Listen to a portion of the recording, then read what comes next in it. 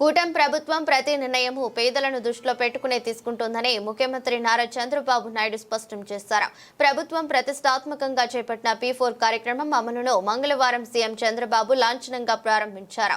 Mangalagiri CK convention లో జరిగిన కార్యక్రమంలో బంగారు కుటుంబాలు మార్గదర్శులతో ముఖ్యమంత్రి ముఖాముఖి కార్యక్రమం నిర్వహించారు. ఏడాది ఉగాది నాడు P4 కార్యక్రమాన్ని ప్రారంభించగా అప్పటి నుంచి బంగారు కుటుంబాలు మార్గదర్శుల ఎంపిక ప్రక్రియను ప్రభుత్వం చేపట్టింది.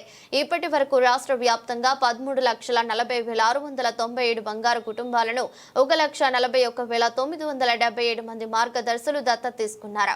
ఈ సందర్భంగా ముఖ్యమంత్రి మాట్లాడుతూ పేదరిక నిర్మూలన ఎన్టీఆర్ సిద్ధాంతం, సమాజమే దేవాలయం, ప్రజలే దేవుళ్ళు అని భావించే సిద్ధాంతాన్ని బలంగా నమ్మి పరిపాలన చేస్తున్నాం. అందుకే ప్రతినిత్యం పేదల కోసమే ఆలోచన చేస్తున్నాం. పేదల అభ్యున్నతికే నిర్ణయాలు తీసుకుంటున్నాం. ఆర్థిక సంస్కరణలతో సంపద వచ్చింది. ఇప్పుడు సమాజంలో అసమానతలు తగ్గించాల్సిన అవసరం ఉంది. అందుకే P4 కార్యక్రమాన్ని ప్రారంభించాం. రాష్ట్ర వ్యాప్తంగా 1.69 కోట్ల కుటుంబాలు ఉన్నాయి. సాయం కోరే పేద కుటుంబాలు 21 లక్షలు ఉన్నాయి. మార్గదర్శుల ఎంపికలో ఎలాంటి బలవంతం లేకుండా పూర్తి స్వచ్ఛందంగానే కార్యక్రమాన్ని చేపడుతున్నాం. సేవ చేయడానికి ఒక్కొక్కరు ఒక్కో మార్గాన్ని ఎంచుకుంటారు. ఈ కార్యక్రమంలో P4 foundation vice chairman Kutumbarao, NRT chairman Vemuri Ravikumar, ప్రణాళిక శాఖ ఉన్నతాధికారులు పాల్గొన్నారు. ఆంధ్రప్రదేశ్ P4 సొసైటీ అధ్యక్షులు శ్రీ కుటుంబరావు గారు, ఫైనాన్స్ సెక్రటరీ గౌరవనీయులు పీయూష్ కుమార్ గారు, NRI TDP అధ్యక్షులు గౌరవనీయులు NRT అధ్యక్షులు గౌరవనీయులు వేమూరి రవి గారు, జిల్లా కలెక్టర్ గారు, ఈరోజు ఒక వినూత్నమైన కార్యక్రమానికి మనం ప్రారంభం చేసుకుంటున్నాం. ఈ కార్యక్రమాన్ని కూడా చూస్తే తెలుగు నూతన సంవత్సరం రోజున, ఉగాది రోజున మనం దీనికి సంకల్పం చేశాం. కాన్సెప్ట్ని ఇనాగరేట్ చేసుకున్నాం.